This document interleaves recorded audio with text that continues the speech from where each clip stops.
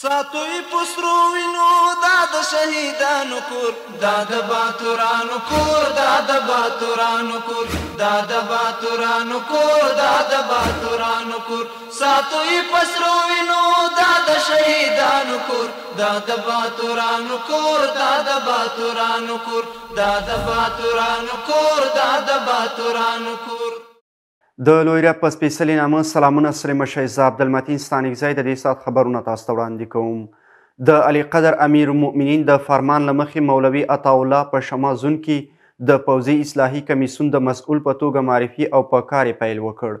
په دې مراسمو کې د بلخ والي الحاج محمد یوسف وفا د 209 الفتح قل اردو قماندان او ګڼ شمېر نورو پوځي او ملکي مسؤلینو ګډون کړی و. په شمال کې د پوځي اصلاحاتو کمیسیون لپاره مولوي عطاالله د نوي رئیس په توګه معرفي شو.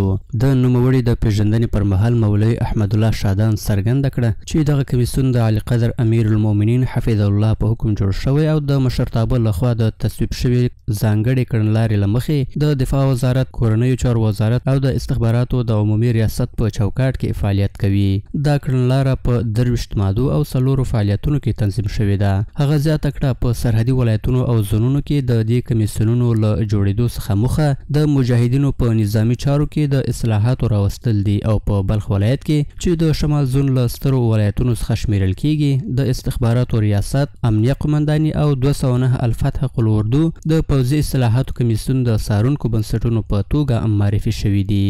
د کورنیو چارو وزارت رئیس د ارکان او د پوځي اصلاحاتو د کمیسیون استازي مولوي عبدالرحیم احمد وویل چې دغه کمیسیون د افغانستان د اسلامي امارت د ټولو مشرانو په تایید جوړ شوی او ټول غړي یې مکلف دي چې په دوامداره توګه لازمه څارنه ترسره کړي. نوموړي ټینګار وکړ چې په اسلامي امارت کې هیڅوک حق نه لري چې له نامشروع ډلو او اشخاصو سره اړیکه ونیسي. هیڅوک باید د جهاد له نوم څخه ناوړه ګټه پورته نه کړي او دغه کمیسیونونه په ټولو سرحدي ولایتونو کې جوړ شوي او فعالیتونه یې په نورماله توګه دوام لري.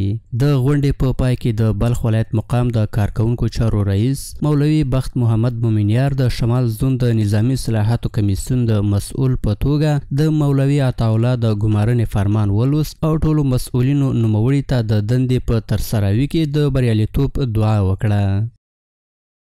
د بلخ ولایت د اداري اصلاحاتو ملکي خدمتونو په ریاست کې د بریښنایي ازموینې مرکز د یو شمېر مسؤلینو په شتون کې پرانیستل شو. مسؤلین وایي د یاد مرکز په فعالېدو سره به د امارتي ادارو خالي بستونو ته مسلکي کسان په بشپړ شفافیت سره جذب شي.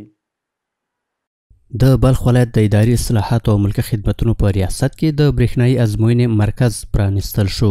د یاد مرکز د پرانیستې په مراسمو کې د دغه ریاست چارواکي وایي چې د دغه ریاست د بریښنایي ازموینې په لومړي پړاو کې به د عامې روغتیا، ښاروالۍ او د کار او ټولنیزو چارو ریاستونو 11 خالي بستونو لپاره له یو شمېر کسانو څخه ازموینه واخیستل شي.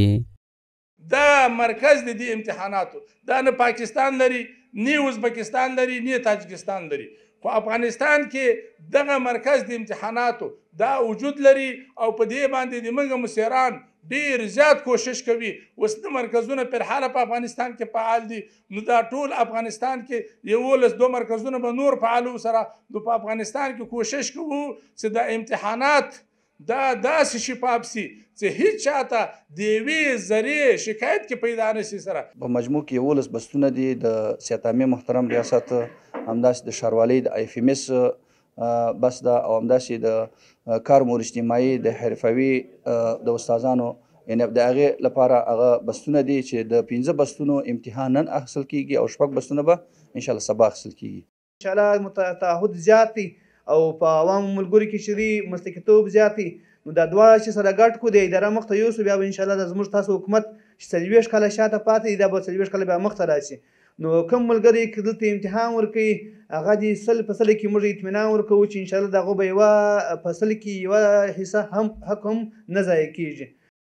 د بلخ مرستیال والی او د دغه ولایت د علماء شورا رئیس وایي چې د دغه مرکز له پرانیستلو یې موخه د مسلکي کسانو د ګمارنې په چارو کې د بشپړ شفافیت رامنځته کول دي او ټینګار یې وکړ چې اسلامي امارت د ځوانانو هر اړخیزه ملاتړ ته ژمن دی.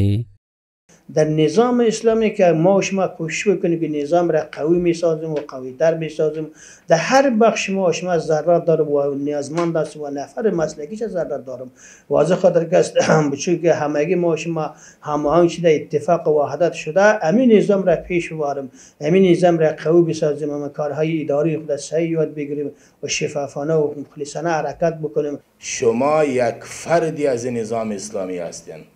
این نظام اسلامی به شما ضرورت داره. در هر بخش باید ذهن و فکر جوان ما، برادر عزیز ما، باید همیشه در این فکر باشه که در این نظام نه قوم پرستی است، در این نظام نه شمال و جنوب است، نه در نظام به نام زبان کار میشه، بلکه مثل که رب العالمین می فرماید که ان اکرمکم عند الله اتقاکم.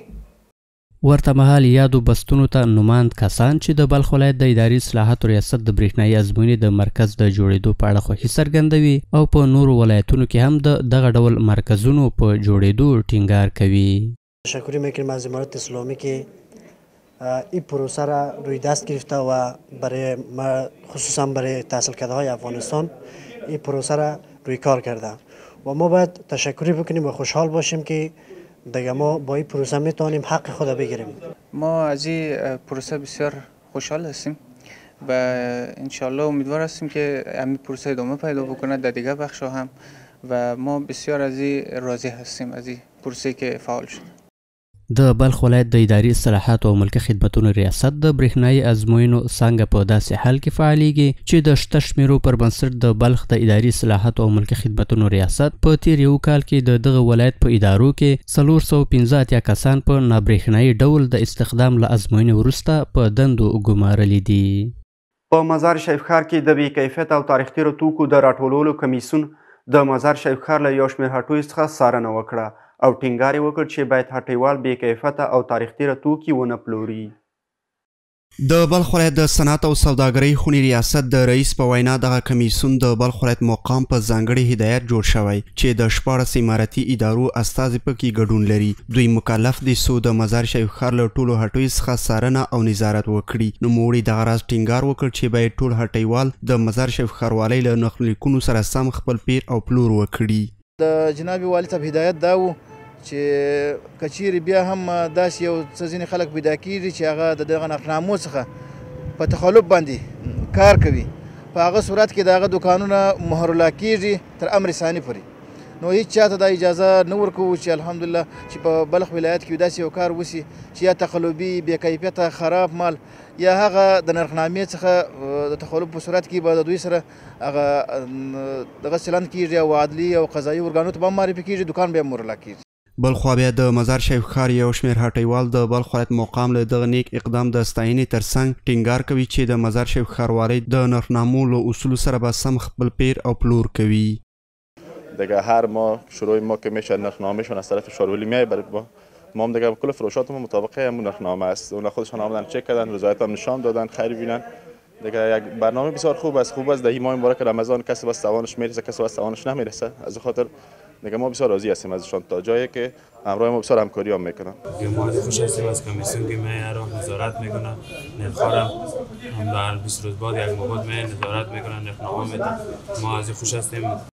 د یادونې ده چې دغه کمیسیون به د روژې مبارکې میاشت کې په اونۍ کې د ښار له هټیو څخه څو ځلې څارنه کوي.